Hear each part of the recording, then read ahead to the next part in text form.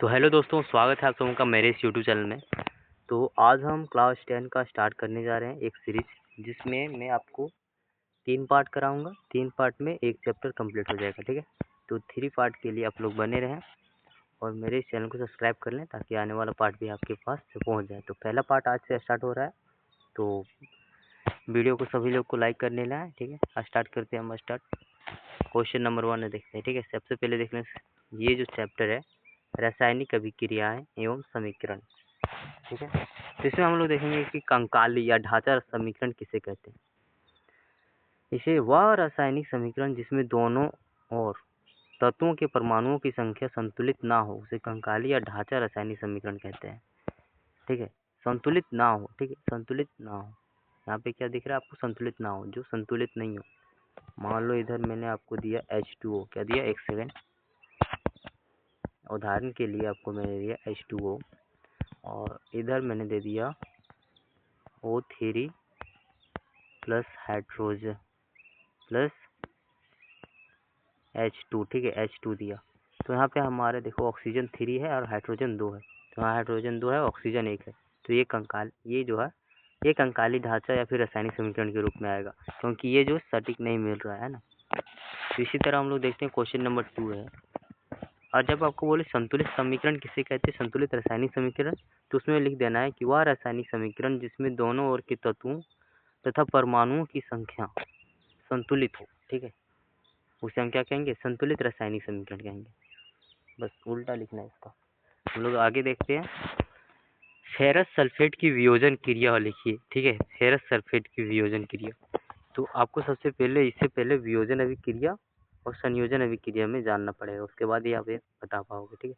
तो हम लोग ये अगला पार्ट में होगा, ठीक है। तो अगला पार्ट में हम सभी अभिक्रियाओं के बारे में जानेंगे। इसमें कुछ MCQ के टाइप में बनने जा रहा है, वही सब क्वेश्चन करने जा रहे हैं कवर, ठीक है। जैसे यहाँ पे हमें देखते हैं क्वेश्चन नंबर 4, ठीक है। क्वेश्चन नंबर 4 में है, जब बिना छुए हुए चूने को जल में मिलाया जाता है तो रासायनिक रूप क्या होता है? तो बिना बुझे हुए चूना जो है, बिना बुझे हुए चूना का सूत्र क्या होता है? CaO, calcium oxide plus H2O, जल, ये, ठीक है। तो इस पर क्या होगा?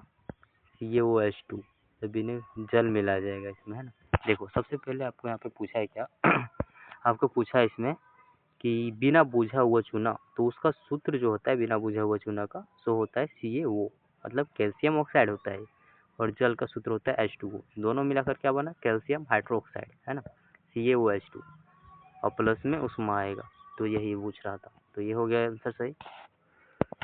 क्वेश्चन नंबर 5 है, किसी रासायनिक समीकरण का संतुलन किस आधार पर किया जाता है? तो कोई भी रासायनिक समीकरण हो उसका संतुलन द्रव्यमान संरक्षण के नियम पर आधारित होता है, ठीक है, आधारित किया जाता है। आप लोग देख सकते हैं इसका सही आंसर। क्वेश्चन नंबर 6 देखते हैं हम लोग। ये सब MCQ टाइप में है, मैंने पहले ही बोल दिया था, जो MCQ टाइप में पूछा जा सकता है आप लोगों को, ठीक है। तो क्वेश्चन नंबर 6 है, चिप्स बनाने वाली जो चिप्स की थैली होती है उसमें कौन सी गैस युक्त की जाती है, मतलब ताकि उसमें चिप्स का उपचयन ना हो, मतलब वो चिप्स खत्म नहीं हो, खराब नहीं हो। तो उसमें नाइट्रोजन गैस भरी जाती है। आप लोग कुरकुरे खाते होंगे उन सभी में, ठीक है, उनकी सभी पैकेट जो होता है उनमें नाइट्रोजन गैस भरी होती है।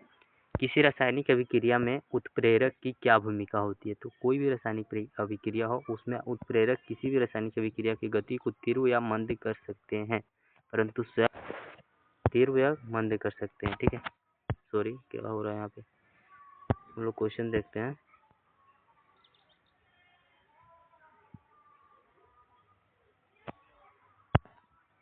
लेकिन यहाँ पे देख सकते हैं, उत्प्रेरक किसी भी रासायनिक अभिक्रिया की गति को तीव्र या मंद कर सकते हैं, परंतु स्वयं अपरिवर्तित रहते हैं, ठीक है, मतलब स्वयं परिवर्तन नहीं होते, ना ही ज़्यादा होते हैं और ना ही कम होते हैं, ठीक है। रासायनिक अभिक्रिया किसे कहते हैं? तो किसी एक अधिक पदार्थ या दूसरे पदार्थ में बदलना जिसका संगठन तथा गुण अलग अलग हो, भिन्न हो, ठीक है, रासायनिक अभिक्रिया कहलाता है। क्वेश्चन नंबर 10 है, किसी रासायनिक समीकरण में अभिकारकों तथा उत्पादों की भौतिक अवस्थाओं को किन संकेतों द्वारा दर्शाया जाता है? तो इसे दर्शाया जाता है रासायनिक समीकरण में अभिकारकों तथा उत्पादों के गैस, द्रव, जलीय तथा ठोस अवस्थाओं को क्रमशः G अर्थात गैस, I मतलब लिक्विड तथा S मतलब सॉलिड, ठीक है, से दर्शाया जाता है। गैस, द्रव, जलीय तथा ठोस। यहाँ पे जलीय हो जाएगा आपका ये Q, ठीक है। इस तरह से दर्शाया जाता है। अगर समझ नहीं आए तो यहाँ पे देखो G मतलब होता है गैस। क्या होता है? गैस, ठीक है। लिक्विड, यहाँ पे I लिक्विड होगा, ठीक है। L होगा LIQUID लिक्विड, ठीक है। ये हो गया लिक्विड। दूसरा क्या है आपका AQ का अर्थ होता है जलीय, और फिर S मतलब सॉलिड, ठीक है। क्या होगा? सॉलिड। तो ये हो जाएगा आपका ठोस, द्रव, गैस और जलीय। क्वेश्चन नंबर 10 है, अवक्षेपण अभिक्रिया का एक उदाहरण। नहीं करना है अभी आपको, जो मैं कराऊंगा वही करना है। उसके बाद में एक सीरीज आएगा, उसमें सिर्फ अभिक्रिया होगा। इस चैप्टर में शायद 7-8 अभिक्रिया है, तो सभी को मैं समझाऊंगा। एक वीडियो आएगा, ठीक है। तो इसीलिए वीडियो को सब्सक्राइब कर लेना, मतलब चैनल को, ताकि वो वीडियो आए तो आपके पास पहुंच जाए और आप देख सकते। तो कैल्शियम ऑक्साइड को जल में घोलने पर उष्मा में क्या परिवर्तन होता है? तो उष्मा में क्या परिवर्तन होता है? जब कैल्शियम ऑक्साइड अर्थात CaO को जल में घोला जाता है तो उष्मा उत्सर्जित हो जाती है, और क्या बनता है? अगर पूछे क्या बनता है तो क्या बनता है? Ca, वहाँ पे बताया था ना, CaOH2 ऐसे करके, ठीक है। ये अब प्लस में उष्मा जो बोला, उष्मा उत्सर्जित करती है ना। 12, किसी क्रियाशील धातु की तनु सल्फ्यूरिक अम्ल से क्रिया कराने पर कौन सा गैस निकलती है? तो कोई भी क्रियाशील धातु है, जैसे हाइड्रोजन तो एक धातु है, ठीक। गैस निकलती है, क्या निकलती है? हाइड्रोजन गैस निकलती है। कोई भी क्रियाशील धातु है, उसको सल्फ्यूरिक अम्ल के साथ अगर आप अभिक्रिया करते हो तो हाइड्रोजन गैस निकलती है। उसके साथ साथ यहाँ पे उदाहरण दे सकते हो, जैसे Zn जिंक, ठीक है। उसको तनु सल्फ्यूरिक अम्ल के साथ अभिक्रिया किया गया तो ZnSO4, ठीक है, प्लस में H2 निकला। क्वेश्चन नंबर 13 जो आपको नहीं करना है मैं आपको करा देता हूँ सिर्फ। यहाँ पे देख सकते हो आप लोग, कोयले का दहन किस प्रकार की अभिक्रिया है? उत्तर संयोजन अभिक्रिया तथा ऑक्सीकरण। नहीं करना है आपको, ठीक है। रेडॉक्स अभिक्रिया किसे कहते हैं? मैग्नीशियम रिबन को वायु में जलाने पर क्या बनता है? हाँ देखो, मैग्नीशियम रिबन को जब वायु में जलाओगे तो श्वेत मैग्नीशियम ऑक्साइड बनेगा।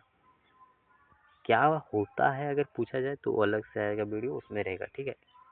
ये सिर्फ आपका MCQ टाइप में है। मैग्नीशियम रिबन को वायु में जलाने पर क्या बनता है? तो श्वेत मैग्नीशियम ऑक्साइड, ठीक है। आपको याद रखना पड़ेगा।